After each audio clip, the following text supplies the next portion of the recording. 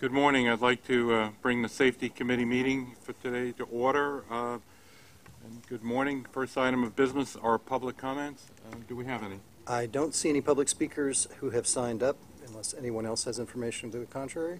If there are no public speakers, we will move forward then with the approval of the minutes from our meeting on July 26, 2017. It's been moved and seconded. Any questions, comments, changes? There being none, all in favor say aye. Aye. Any opposed? Minutes carry. Next item of business is the Safety Committee work plan. David? There are no changes to the Safety Committee work plan. We continue to plan the work around the 4 pillars of safety management, and items 6 and 7 on the agenda represent 2 of those pillars, safety promotion and safety risk management. Okay. Are there any questions from the commissioners? Okay. Let's move forward in safety metrics. Safety metrics are in your books. Sorry. I'm sorry. Andrew? I'm a little slow this morning. Sorry. There's one small correction to the minutes. Where the paragraph that begins, Mr. Albert asked if there is a standard distance, it should say there are no, it should say Mr. Albert then stated, according to NTSB, that MNR's under running third, and it's missing the word rail. Other than that, fine. Thank you. We went back and forth on that paragraph a little bit. Thank you. Thank you, Commissioner. Okay. Safety metrics. Safety metrics, it's our tradition that we only go into them in detail a couple of times a year. This is not one of those meetings, and that's probably good in the interest of time, unless there are questions that anyone has about the metrics that were published last week. Any questions for any members? No questions? Okay, fair enough. The presentation and of activities. Very good. Item 6 is safety promotion, recent agency activities, and what we asked the agency safety leads to do was to grab a few slides out of, where possible, existing promotional materials that have been used recently with employees or in other settings to promote safety. So each of the safety leads has a comment to say. And who's first here? First is Peter Kohner from Capital Construction. Good morning. So Eastside Access ran its second safety week of the year from May 8th to May 12th, and it covered 5 topics over each day: fall protection, PPE, hand, head, eye, and face protection, OSHA compliance, officer brief, cable protection, and scaffolding and ladder safety. Day 1 was a fall protection. Just in the past 2 weeks, 2 workers fell to its death in New York City. To that end, we pay very high attention to fall protection. All MTA contract workers are instructed on the use of fall protection devices. Safety harness and lanyards are part of their PPE when the operation calls for it.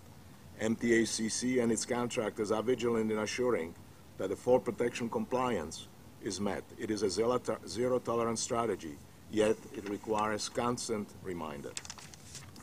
Day 2, PPE. Hand, eye, and face injuries represent roughly 75% of all reported first aids. To that end, it is very important that the right selection of PPE is found and constantly updated and new products brought to bear. Day 3. MTA partners with OSHA not only during accident investigation but also during preemptive sessions where the OSHA compliance officers visit us and talk on new OSHA requirements, address major safety issues such as falls, struck by, caught by, and electrocution. Working in trenches, work zone, traffic safety, and area lifts was a subject of John Phillips' discussion at Eastside Access. Cable protection and ground safety. The distribution of cable that convey power, be it electrical, be it air, hydraulic, or water, is a constant issue on the job sites where vehicles drive over it, cause problems, trip and slip hazards. What was demonstrated were ramps and various devices that would preclude the crushing of these lines, thus causing injuries or disruption to service. Day 5 was a scaffolding and ladder safety. This is a particularly important thing because the prolific use of ladders on our job sites causes a lot of injuries. To that end, portable stairs are being deployed and many scaffolding are replacing the number of A-ladders that are being used by the trades. Our next Safety Week is scheduled for November, and I will update you at that time. Thank you. Bridges? So our next speaker will be Eric Osnes from Bridges and Tunnels. Good morning. B&T is promoting safety through employee participation, where we developed a task force to assist us with our collision challenge. The task force represents multiple disciplines to include employees who may not normally be part of the collision dialogue. The intent is to have fresh eyes looking at the issues so that we may gain additional insight from those who work on our roadways on a daily basis. We run the task force like a tabletop exercise by first identifying accident-prone locations and reviewing mitigations implemented by the facility in response to those locations. This is what drives the dialogue and promotes the participation. A field visit follows the discussion, then we reconvene for any closing comments or observations. 3 separate teams have been developed to review the Verrazano Narrows Bridge, the RFK, and Bridges East, consisting of Bronx Whitestone and Throgs Neck bridges. Slide 2. First assessment was conducted at the VN on 9/11, where we discussed the benefits of active signage to promote real-time roadway conditions to affect positive driver behavior, how geographical information systems may be better used to map collision clusters and better incorporate collision incident videos. We're working with travel applications such as Waze to instruct motorists on existing roadway conditions and paths of travel, and we're using pacing to slow traffic over the upper level span of the Verrazano. This was talked about as there's some operational limitations, as law enforcement vehicles cannot directly post on the upper level span. Active signage will be implemented at the VN to notify motorists of the Belt Parkway backups. This will warn motorists to slow down in advance of encountering that backup. This is a major contribution to a majority of the incidents on the upper span. Slide 4.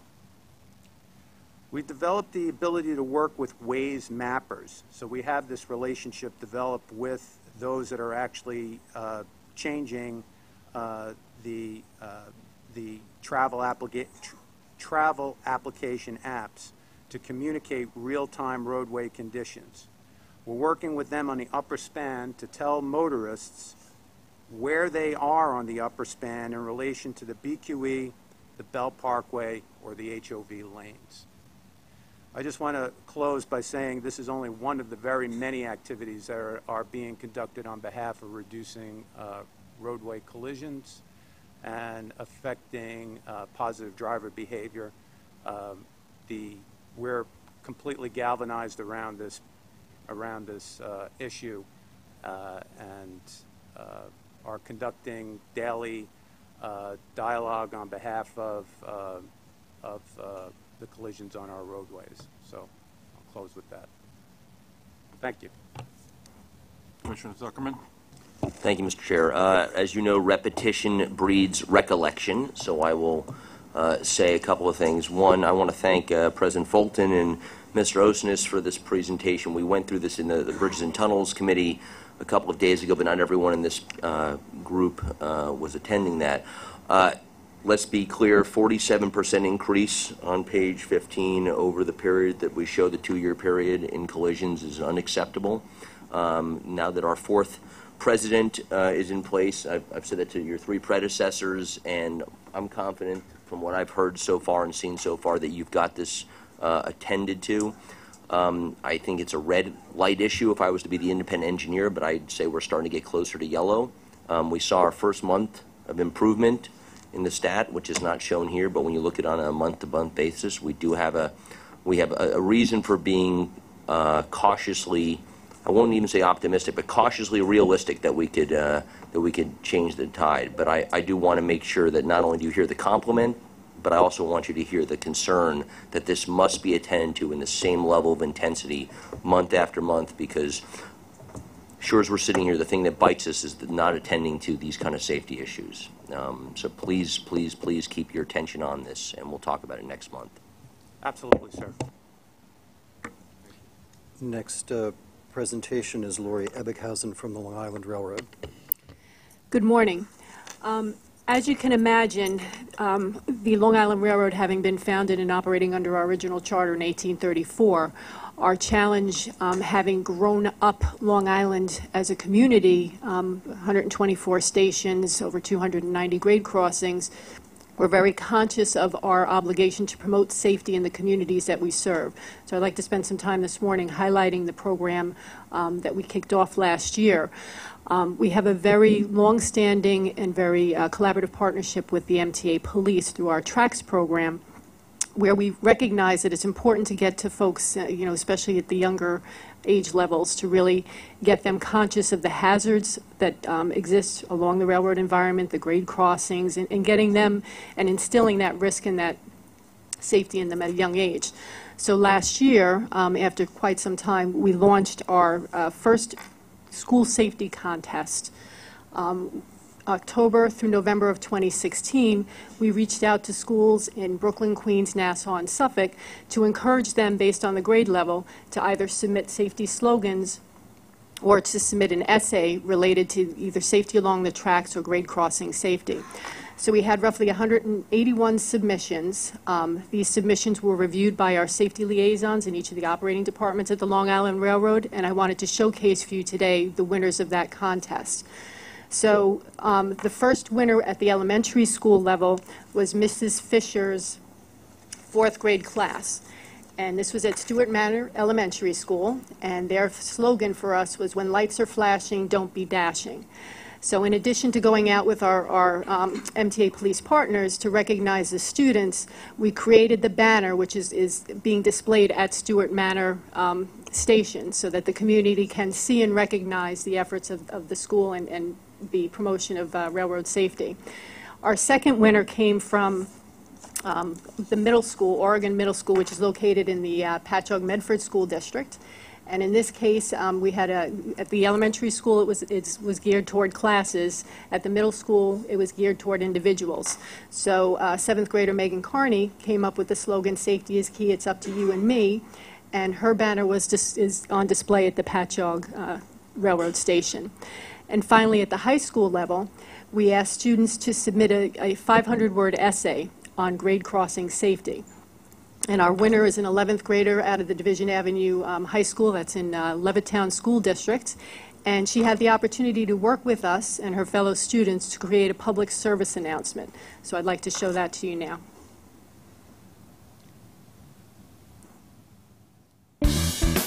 Cuts camera 2.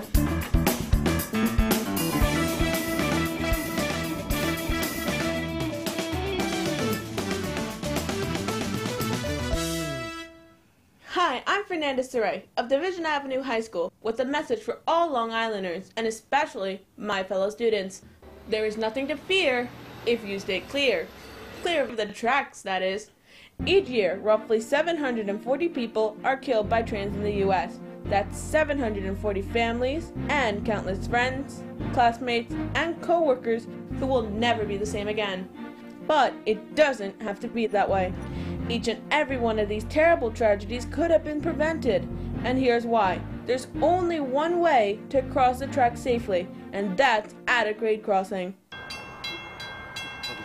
If the warning lights are flashing, the bells are ringing, and the crossing gates are down or are coming down, don't even think about driving around or walking under them. Obey the warnings and you'll be fine. Ignore them or cross the tracks when the train is approaching, and it might just be the last thing you ever do. This is Fernanda Saray for Safety Focus, reminding you that you only have one life. Don't cut it short by looking for a shortcut. Your life is worth the wait.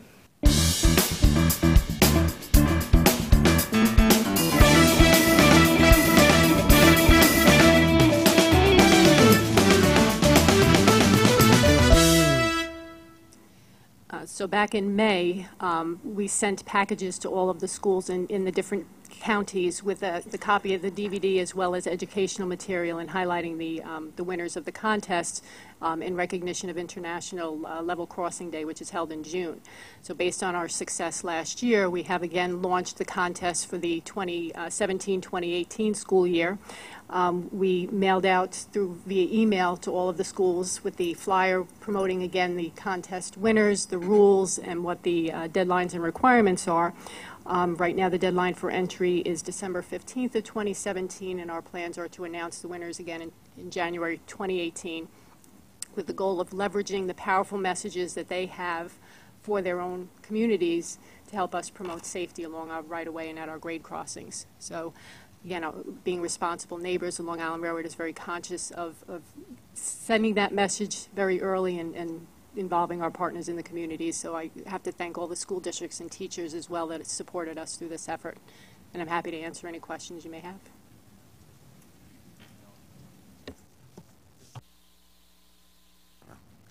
This question is for you and Metro North. Is there a defined time or distance between the approach of a train to when the gates and lights start flashing? Is it a product of the speed of the train, the distance away, or a combination of both? So the speed of the train activates the track circuits that then activate the crossing protection, and there are federal requirements about how long that period of time has to be between when the audible warning and then the actual gates are deployed. So a place where a train has not stopped at the previous station and is barreling through, the gates would go down earlier because the train is at a higher rate of speed, correct?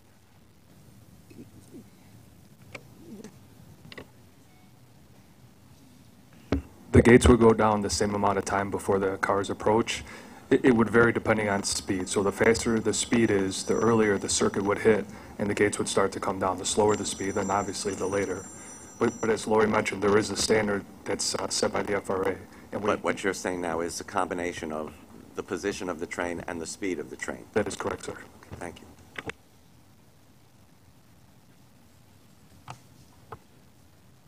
Thank you, sir. I have raised this on Monday, and I'd like to just re-raise it. A cursory examination of Long Island Railroad versus Metro North shows material differences in the same statistics. Customer accident rate for Long Island Railroad 2.98 and Metro North 0.91. Employee lost time 3.47 for Long Island Railroad, 3.06 for Metro North. Those are pretty meaningful differences. Obviously, and Lori, your history lesson is one that's worthy of reminding us about being over 100 and, what would that be, 180 years old. So that's pretty scary. So the question for us is,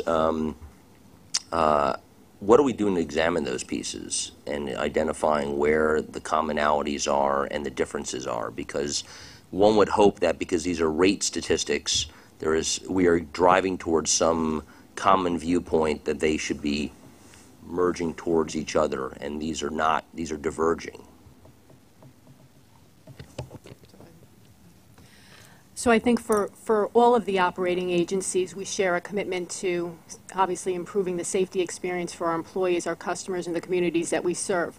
We all each obviously have unique operating characteristics and environments that pose challenges for us, but we are constantly in dialogue with each other to share best practices and share challenges, and where we can, and facilitated with the leadership of MTA Safety Headquarters, to try to, when we find something that works at one agency, to expand that across the board. But I think the challenge for each of us is to continually drive down those numbers, and we're always seeking continuous improvement in that area. So. But as a board, is it fair for us to look at these stats and expect there to be some convergence at some point as to the rate of accidents, whether employee or customer, between the two railroads? I think in general, the goal with any safety program is zero. So what I would prefer to do is look toward moving the needle at each agency where we want to see it, moving progressively towards zero. I'm a realist, sir. Zero is not, that's not possible, but I do expect to start seeing some convergence between 2.98 and 0.91. which is very different. And zero is a brilliant and wonderful aspiration, but I don't have that belief that that's realistic.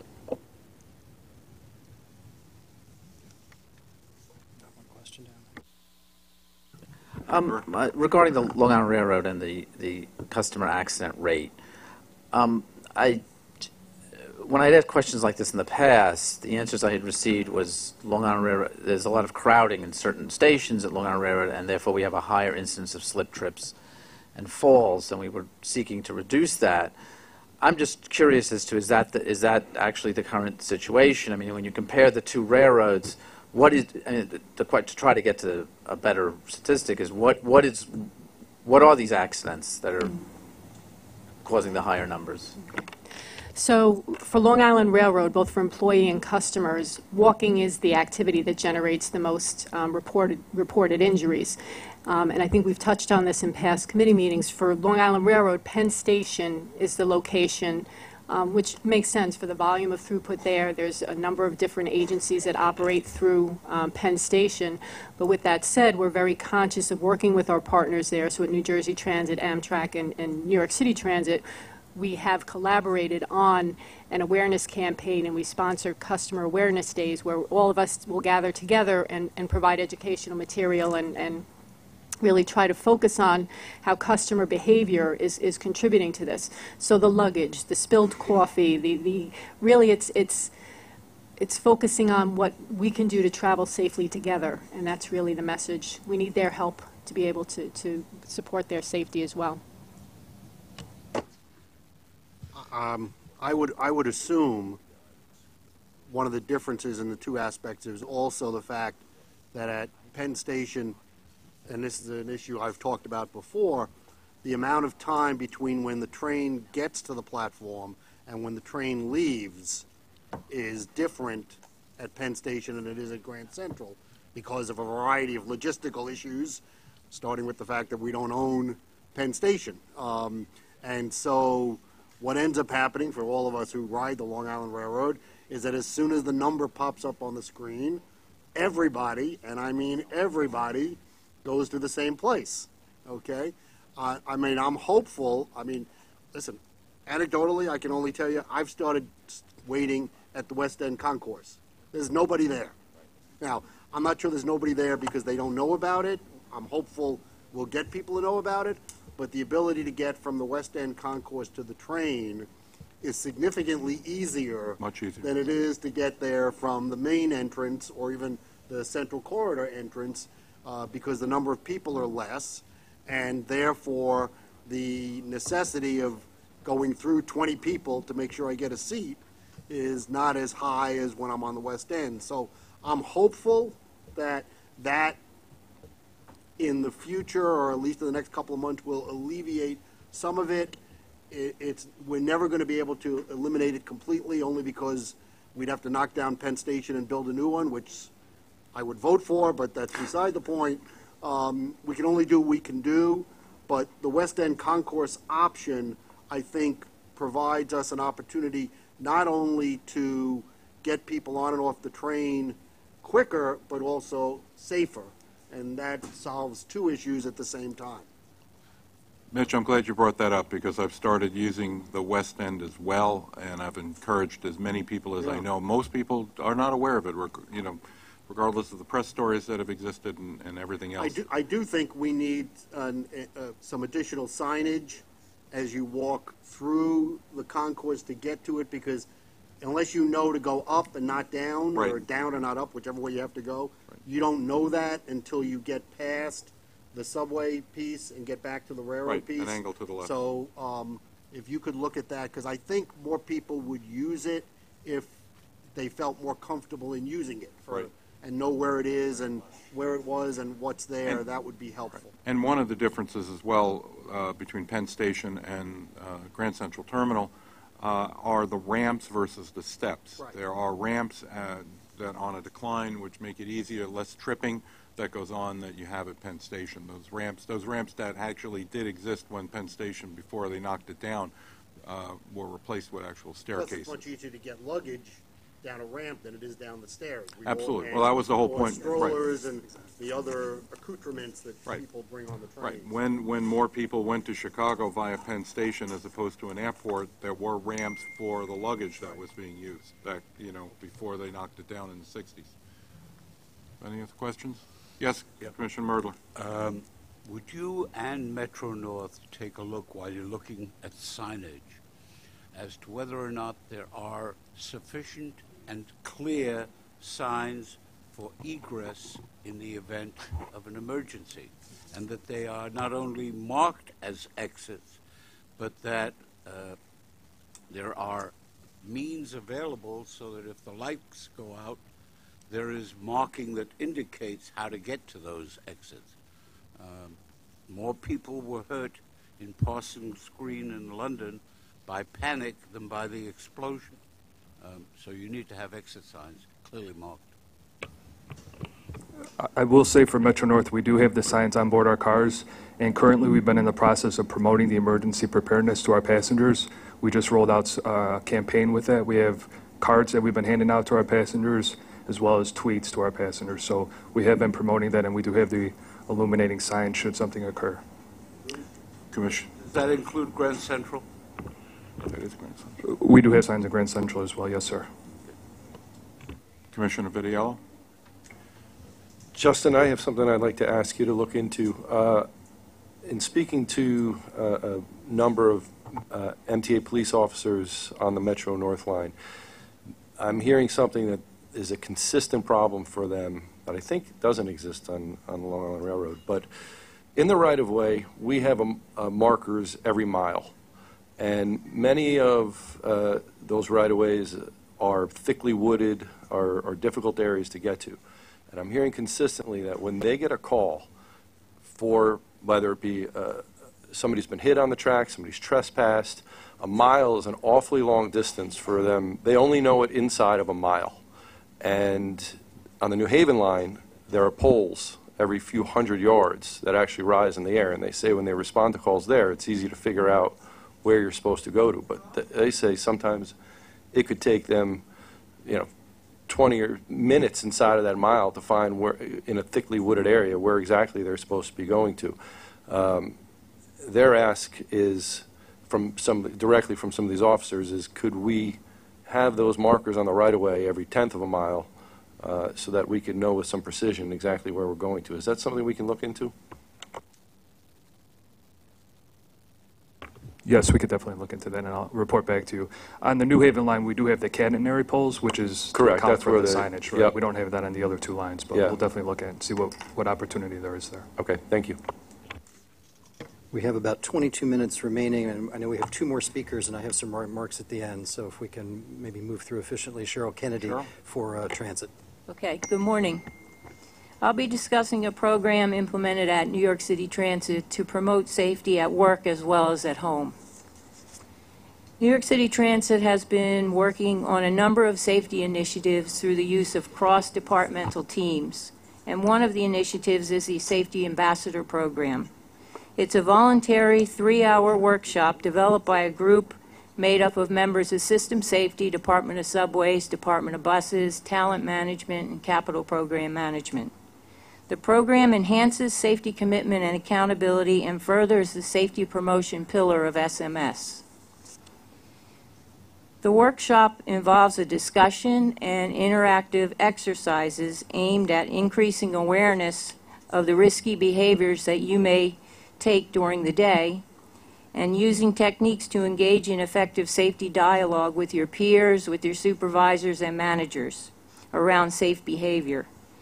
We want our employees to be committed to working safely and share in the responsibility for ensuring the safety of our riders and those that we work with, as well as following safe behavior at home. The program was piloted and then it was implemented in June of 2016, and so far we have had 221 employees participate. We've been continually marketing the program, and we're ready to launch a promotional video on MTA today shortly. The workshop is offered three times a quarter, and we're moving to 4 times a quarter in 2018. And so far, we've gotten very positive reviews from the attendees. Thank you. If you have any questions? Questions for the Transit Authority? Nope. Metro North with Justin Bonashek. All right, good morning. Last year, we introduced our Safety Excellence Program. This program was created to recognize those employees who go above and beyond for the safety of our employees and customers. It's important to point out this program does not focus on injury data. It is broken into the following categories: individual, district, and department and group, and our first ceremony was held on June 13th in Grand Central Terminal. Our individual award winners this year were Steve Neville, Deputy Chief RTC, who has since retired, and Andrew Igo, Senior Construction Engineer. Both individuals made positive steps to improve the safety culture in their work groups. The Customer Service and Stations Department was the recipient of the Department Award. Throughout the year, they made positive contributions to improve the safety of the organization for our employees as well as our customers. Our award winner for the group was the Stanford Fire Brigade. All 12 members of this volunteer fire brigade have obtained their Connecticut Emergency Medical Responder certification on their own time. This volunteer squad averages about 5 calls per month and has cultivated a positive safety culture at our Stanford facility. And finally, our district winner was the North White Plains District. Metro North is broken down into 6 operating districts, which make up many different departments. Not to take anything away from the other districts, but last year the North White Plains District went above and beyond to address various safety issues within their district. And then finally, here's some photos from our event. You could see President Giletti and Acting President Rinaldi and a few other of the award winners. It was a well-attended event. We had about 400 individuals at Vanderbilt Hall. So nominations are open for this year, and they'll close at the end of the year. That concludes the presentation. Happy to answer any questions. Okay. There being none, David, your report? Yeah, I have a few remarks I wanted to make. I normally don't script myself out, but I knew we'd be tight on time, so I hope you'll pardon me kind of reading some remarks. I want to make sure I make several specific points. As Steve Vidal reported to the Transit Committee yesterday, one of our buses was involved in a tragic collision last Monday morning when it was struck by a private motor coach. As you probably know, the NTSB sent a team to conduct an investigation. As of yesterday, the NTSB investigators have completed their on-site work and have returned home. They did so thanking New York City Transit and the MTA profusely for their cooperation and assistance during the investigation. And the investigator in charge noted that in his 25 years with the NTSB, he has never seen another investigation with as much useful video as this one has generated that will greatly facilitate the investigation. Following up on the Valhalla investigation, at our last meeting, the NTSB had just adopted its report on the Valhalla crash the day before we met, and we had just learned that the NTSB was issuing a recommendation to both MTA railroads to conduct a risk assessment of third rail systems in proximity to roadways. We knew that we would undertake this assessment in a timely and thoughtful manner, but having just received the recommendation the day before, we did not yet have a plan for doing so. We now have such a plan and are actively executing it, so I wanted to update the committee. Both railroads participated in writing a statement of work that was used to issue a request for proposals to our pre-competed engineering firms on our general engineering consulting contract. The statement of work calls for the vendors to conduct and document a risk assessment that's totally responsive to the NTSB recommendation. Tasks will include an international survey and analysis of the design and roadway accident experience of rail properties that have third rail systems in proximity to roadways, and the analysis will serve as an input to the risk assessment, which will be conducted in accordance with the military standard for conducting such assessments and vetted by the railroads and the MTA in a formal risk assessment workshop. The statement of work made it clear that the project is required on an expedited basis, and we've received proposals in response to our RFP, and we'll meet about 15 minutes ago to select the awardee. Turning to sleep apnea, through Friday, September 15th, just last Friday, we have conducted almost 8,000 obstructive sleep apnea risk assessments, and our physicians have referred about 1,700 employees for diagnostic sleep studies. This rate of referrals is about what we expected, about what was expected by an external expert that we consulted with before launching the program.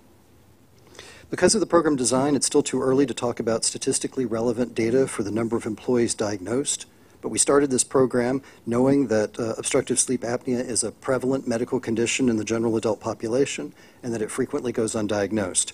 We wanted to ensure that our employees who have the condition get the therapy that they need to be safe on the job, and we're now in the process of doing just that. You want to go ahead, Neil? I'm not finished with it, but... You want to finish? All right. We have a robust monitoring program to ensure that employees are adhering to any therapy that is prescribed, because solid scientific research has shown that therapy is very effective at restoring alertness and thus mitigating the risk that undiagnosed sleep apnea poses. And besides improving safety, sleep apnea is associated with a number of serious health conditions, so treating it improves the health and life expectancies of those who have it, and it's a good thing to do for our employees. I'll turn next to emergency egress. So maybe Mr. Zuckerman wants to ask his question if it's on sleep apnea. Commissioner? Yeah, thank you, sir. There's obviously sleep apnea is a huge contributor of one of our major accidents, and certainly has been in the press recently related to our testing. Can you remind this committee what employee populations in terms of their jobs have already been screened?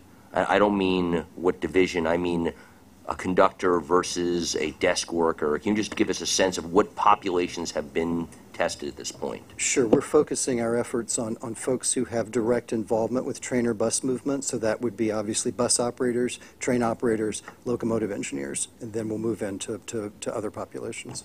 So just so I understand, so of those populations, what portion have had their screening done? The portions of the population that are driving or running a train or running a bus. Can you give us that sense? I think it's better than that, because it's about 15,000. I think we're about halfway, Neil. I'm sorry, I don't have the information right in front of me, but I think we're approaching the halfway mark at this point. David, if you could, when you get that, David, when you do get that information, if you could send that to all of the members of the board, that way they get it all at the same time. Sure. Thanks. Finally, concerning an issue that came up Monday at the Transit Committee, this was raised by Mr. Merdler. I wanted to talk a little bit about emergency egress, specifically with respect to the issues that were raised on Monday. New York City Transit reviewed the emergency exit at 168th and 181st Streets and confirmed that all exits are clearly marked and visible to the public. At 168th Street on the number 1 line, there is an exit stair from each of the 2 platforms, and a bridge provides crossover capability from one to the other. At 168th Street on the AC line, there are a dozen stairways that lead from the platform to the mezzanine, and 6 stairways that lead from the mezzanine to the street. In addition to the station stairs, there are also 3 emergency exits to the street from outside the station limits on the right-of-way. At 181st Street on the number 1 line, there's an exit stair from each of the 2 platforms, and a bridge provides crossover capability from one to the other. New York City Transit has comprehensive written customer evacuation procedures that cover evacuating from trains as well as from stations. These procedures guide the evacuation of customers from stations that must be closed by using trains to move those customers to unaffected stations, or by emergency responders who can evacuate customers up to the street for those customers who need special assistance. Personnel inspect emergency stairways every day to ensure that they are clear of debris and that all lighting is in working order. All emergency exits are inspected every 2 months from street level down to the station and or roadbed level, as applicable, to ensure that the exits are in good repair and free from obstructions. Transit has worked hard to be responsive to the questions that Mr. Merdler asked on Monday, and we have some more detailed information that we'll send following the meeting. I apologize, but I could not hear much of what you said clearly. So let me just ask you 2 questions, if I may. Then afterwards, you can tell me what you said. I can email you the remarks. Actually, yes, send them the remarks. You can read them. Since I was reading a script. 2 questions. Do you have signs? Because I didn't see them in 168th Street a week ago. Signs pointing to the exits. I went looking for them. We'll double check, but they had indicated there are signs there. You are able to see where the exits are, but we'll double check for you. Yes. Number 2, in the course of this discussion, you focused on the importance of the egress, and I thank you for it. There is a coupling point, and that is that the only practical method of egress from those 2 stations is, because they are so deep, is the elevators. And the elevators in both of those have among the highest failures of maintenance and repair in the entire system. That's a critical part of the safety equation. And could you focus on that with particular attention across the system, but particular attention to those places and any other places where you have a deep exit and where it is either the only means of egress or a primary means of egress. Yes, sir, we're happy to focus on that. And we have a new arrangement with the Transit Workers Union who maintain the elevators and escalators. We're now bringing in private sector both workers to both work on the elevators and escalators and also to train our workers as well as to the new technologies that are available. And this basic public-private partnership between the private sector and the unions, I think, will inure to the favor of all of our customers.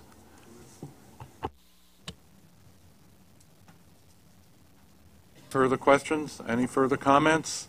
I will entertain a motion to adjourn. Second? See you in a few minutes, 10 minutes, actually. As you ruminate, feel free to provide any advice on what you'd like to see with these. I'm kind of continuing to do electronic. I think we need to bear with me a second. I need to